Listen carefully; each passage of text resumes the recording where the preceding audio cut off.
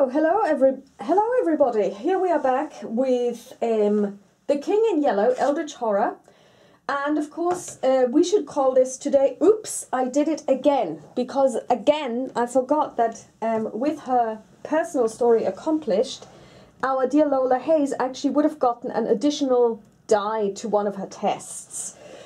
Now she did 3 tests, and I don't know if I would have given it to her on the first test or the second or the third, so nothing's going to happen now, but we have to remember this. So where we're at the moment is we have Lola Hayes who is delayed, so the only thing she can do today is, or in this round, is actually stand up so that she's now no longer delayed. And I'm not even sure if she can have an encounter, but probably not. I'm gonna check this in the in the rules. We also have Lily Chen in Shanghai, who is going to, well, she should really improve her strength. So she will actually travel to Sydney, where she can do this. She can try and improve her strength.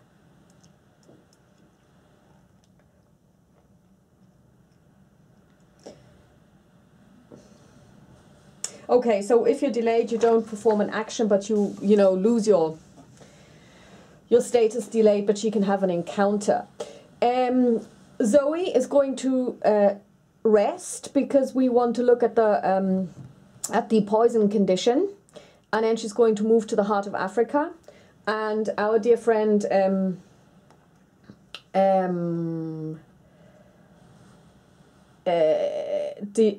Diane is going to move to, she's going to prepare for travel, and then she's traveling up to Arkham. I'm just gonna adjust the camera to encounter the cultist and to watch the play. Now, she has a special ability that involves cultists. So in this game, her special ability is changed. And her special ability is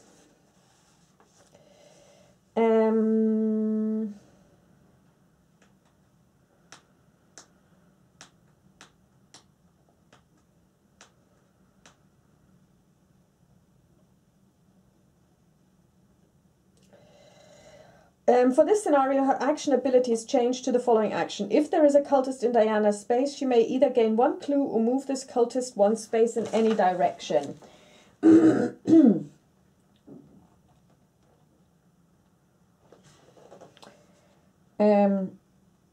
So she can actually either move him away or gain a clue.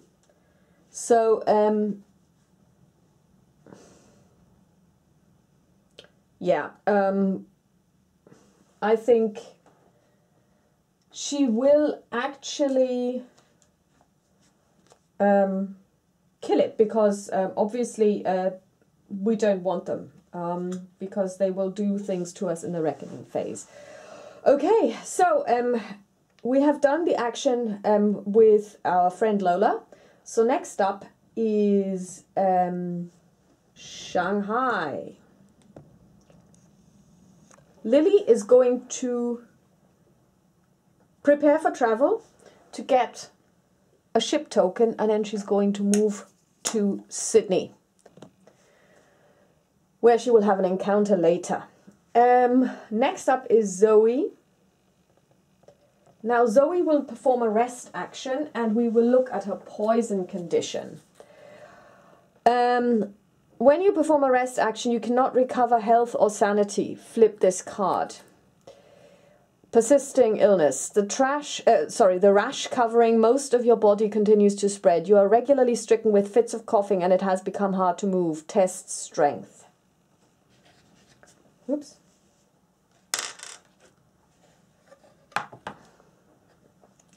Her strength is 3. And she passes. If you pass, discard this card. Okay, good. So she discards this card. And that's good.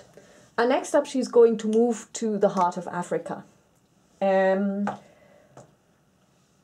we're going to pan to our friend Diane, who is going to prepare for travel, and then she's going to go to Arkham, where she's going to encounter the cultist, and then she's going to go and watch a play. So that is the action phase done. Now let's look at the encounter phase, and we're panning down here to our friend Lola Hayes, who's going to have a generic sea encounter. You discover a signal fire on a small island but don't find any people. You search the beach for signs of life. Now she's going to use her additional die, which is granted by her special, by her plays the thing ability. So we exhaust this card and we roll her influence, which is 5 plus 1 die is 6. And she passed. Oh wow, it's a good thing we did that. She only passed by 1.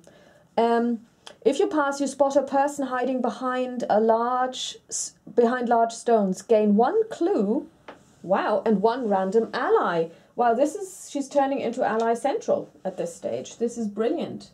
Okay, and 1 ally. So we're going to draw an ally, and she gets a Vatican missionary. Gain plus 1 will. You may reroll 1 die when resolving a will test. This is brilliant because her will is excuse me, is 3, so she's turning into quite the fighting machine. Wow. I mean, she's not really somebody who is going to ever succeed in lore and stuff. So at the moment she has a strength of 2 plus a bodyguard.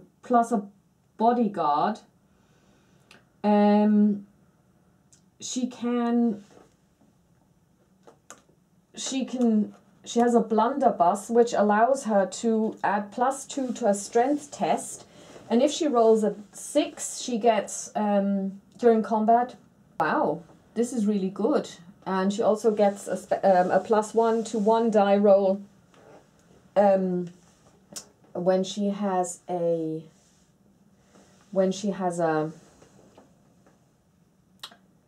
fight encounter. So she's now at strength 4, gets a +1 on 1 die roll, and she can reduce the damage of monsters she encounters by 1 to a minimum of 1.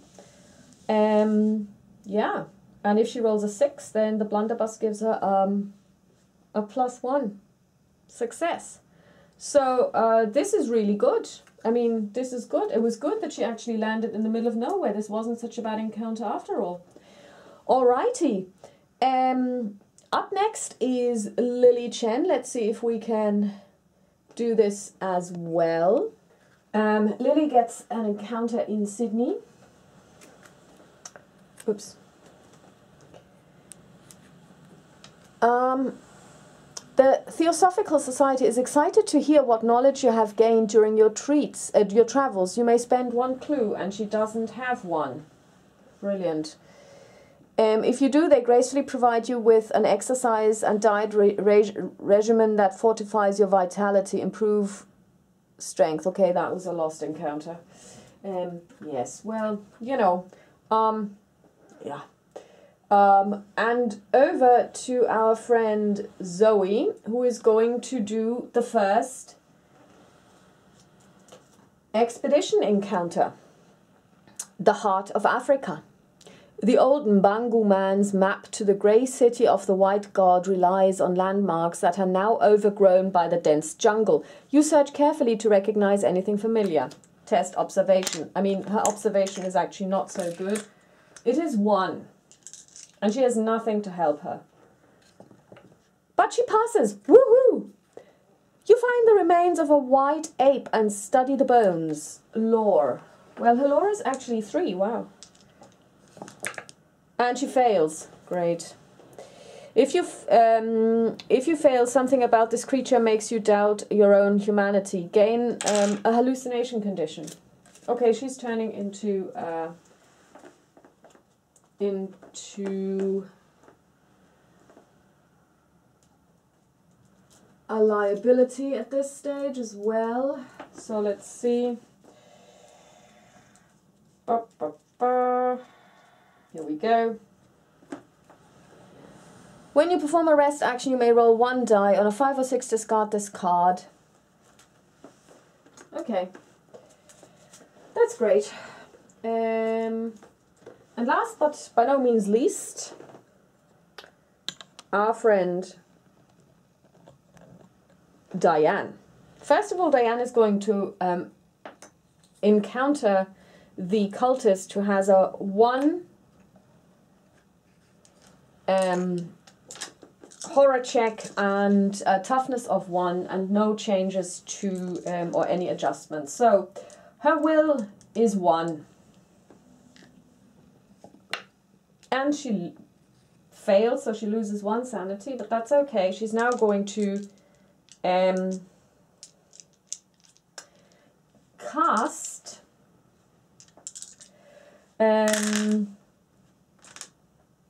she's going to cast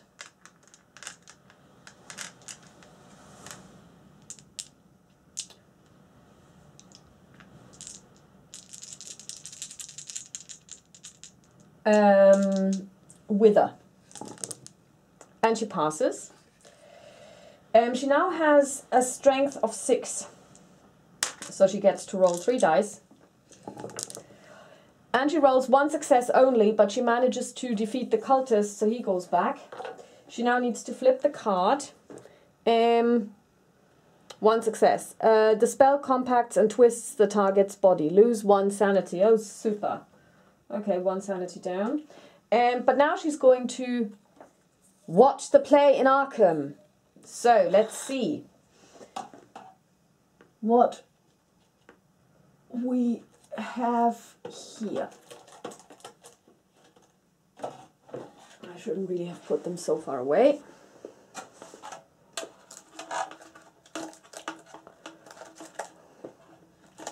It's not any better. Cast in another light. It's not merely the show, but the whole ambience which leads to corruption. Soft yellow lighting lends a certainly cozy familiarity to otherwise ghastly proceedings. If the audience could truly appreciate the subtext, they would destroy the show's reputation for you, and replacing the yellow filters while the gaffers is on a break could do it. Sorry. Okay, I don't understand that text, but that's fine. So let's roll observation +1. Her observation is 3, so she gets 4 dice. And she passes.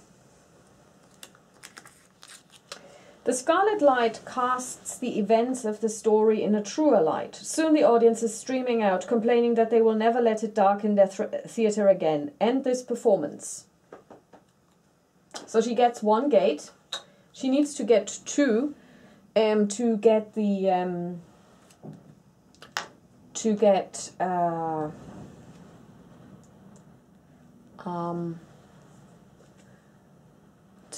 her personal story, and that would happen, well, she actually gets not until 2. Okay. Test will. Her will is 1. And she fails. If you fail, something about the red light exemplifies some of the goriest aspects of the show, and you find yourself unable to shake a growing sense of unease. Gain a paranoia condition. Ah, well. You know.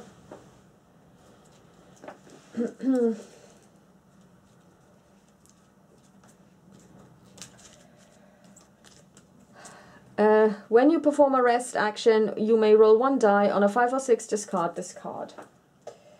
Okay, so she's paranoid. And she has to test will on a reckoning. Her will sucks. Alright, so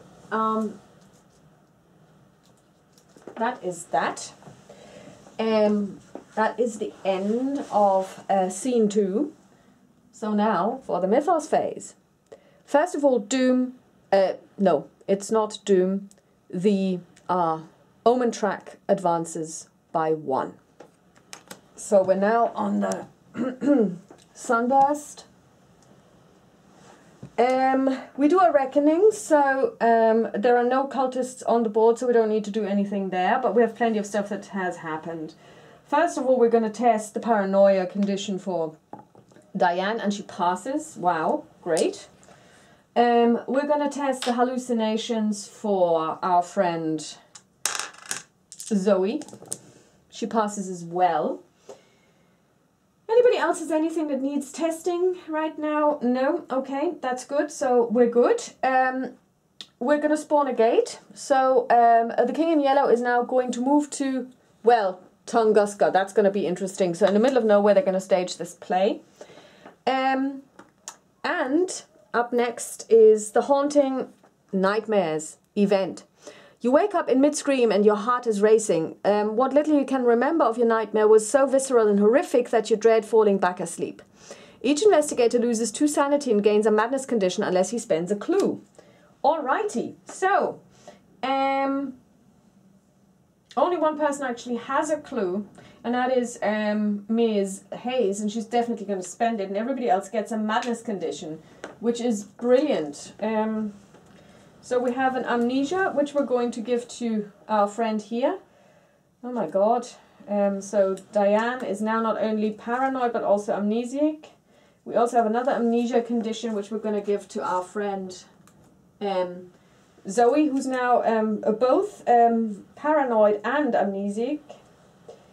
And we have another amnesia, and that one goes to Lily Chen. So yeah, like I said, I mean, again, we have condition central here, people. But that's okay. I mean, we are, after all, playing the King in Yellow, so this is actually quite thematic, because this play will drive people insane. So, that is the end of scene 2, and we're going to move on to scene 3.